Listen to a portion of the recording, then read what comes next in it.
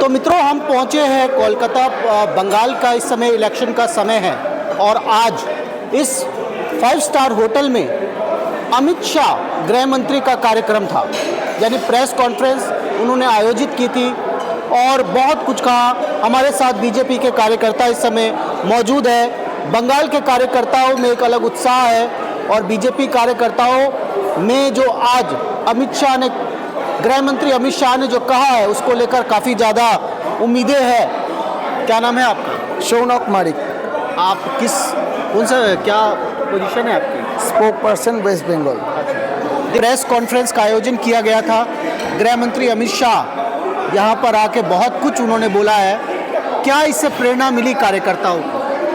प्रेरणा पूरा बंगाल का जो कार्यकर्ता है उन लोगों को पता चल गया है, क्योंकि उन लोगों को ये सहना पड़ा, जितना हम लोगों को सहन करना पड़ा, ये सब चीज़ आज प्रेस कॉन्फ्रेंस करके ये टीएमसी का अगेंस्ट में जो चार्जशीट में सब कुछ दिखाया गया है, डिटेल दिया गया है।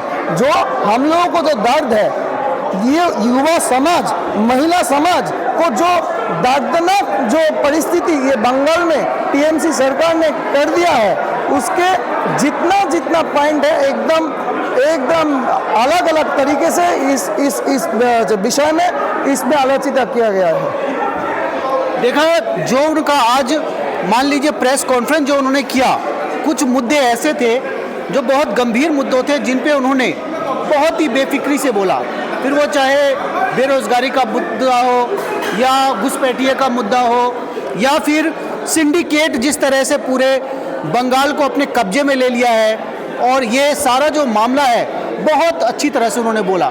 क्या लगता है घुसपैठिया वास्तव में एक बंगाल की कितनी बड़ी समस्या बन चुकी है? बहुत बड़ा। सोच लीजिए, आपका एक घर है, दो रूम है घर के अंदर, मतलब आपका मकान के अंदर 2 घर है, तो ये घर में बाहर से लोगों आने से उनको ढकना पड़ेगा, तो आपको दिक्कत होगा ना। यही दिक्कत बंगाल में है। और ये बंगाल में युवा समाज को जो तनख्वाह मिलते हैं महीने का बाद, तो वो तनख्वाह भी बहुत कम है, क्योंकि बाहर जाके जो काम के लिए 20,000 22,000 मिल सकते हैं, वही काम बंगाल में 8,000 10,000 रुपया मिल सकते हैं ये युवा पीढ़ी को। तो ये सब दिक्कत ये बंगाल में घुसपैठियों के लिए ही है, क्योंकि उन लोग घुस कर हम लोगों के जो तनख्वाह है, हम लोगों के जो खाना पीना है, सबके ऊपर वो भाग बैठा रहे। तो ये दिक्कत हम लोगों को हो ही रहा है। और जो पूरा ममता बनर्जी और अभिषेक बंदोपाध्याय जो बार बोला युवा पीढ़ी को शॉप का दुकान देने के लिए, चाय का दुकान देने के लिए, घुगनी बेचने के लिए, तो ये सब क्यों युवा पीढ़ी ये पश्चिम बंगाल में करेगा? ये जो शिक्षा का योग्यता जितना जिसका है उनके हिसाब में तो काम मिलना चाहिए, ये बंगाल में वो नहीं मिल रहा है।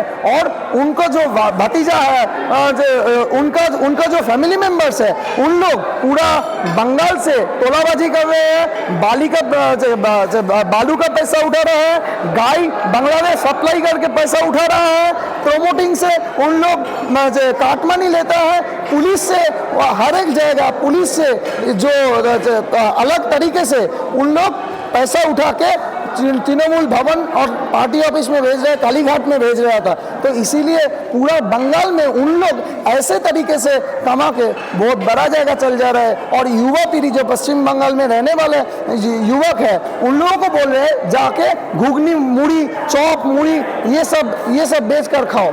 ये कैसे हो सकते हैं?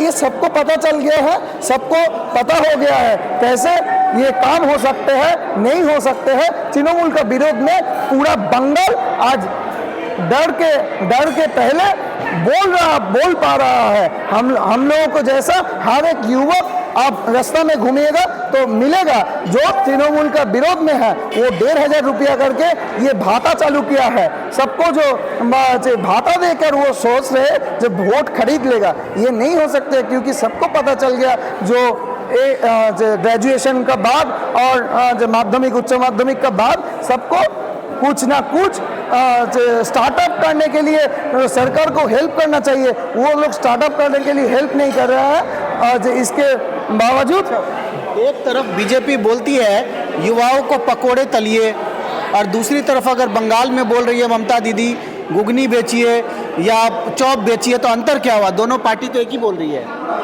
कौन समझ में नहीं, क्या बोला? एक तरफ जहां बीजेपी ने भी युवाओं को कहा था कि अगर रोजगार नहीं है तो पकोड़े तलिए, और दूसरी तरफ अगर पश्चिम बंगाल में ममता बनर्जी कह रही है गुगली बेचिए या चॉप बेचिए, तो क्या अंतर हुआ? नरेंद्र मोदी जी जब पूरा भारत में आने का बाद कितना आईटी सेक्टर बढ़ा दिया गया है, उसके बाद कितना हॉस्पिटलिटी कितना बढ़ा दिया गया है, सब कुछ पता है। और आयुष्मान भारत का जो कार्ड है वो पश्चिम बंगाल में लागू नहीं होने दिया, जिसका अंदर में 5 लाख रुपया करके मेडिकल इंश्योरेंस था, वो लागू नहीं होने दिया ये टीएमसी गवर्नमेंट। छोड़िए, जाते जाते क्या कहना चाहेंगे इस बार के चुनाव के लिए? इस बार चुनाव में तय हो चुका है, जो भारतीय जनता पार्टी को ये बंगाल का मानुष चुन कर लेके आएगा, क्योंकि ये बीजेपी हर एक स्टेट में जिधर जिधर क्षमता में है वो देखकर हम लोगों को इंस्पिरेशन मिलता है जब कितना कुछ कर सकते हैं ये भारतीय जनता पार्टी। इसीलिए हम लोगों को सभी को, युवा पीढ़ी को सभी को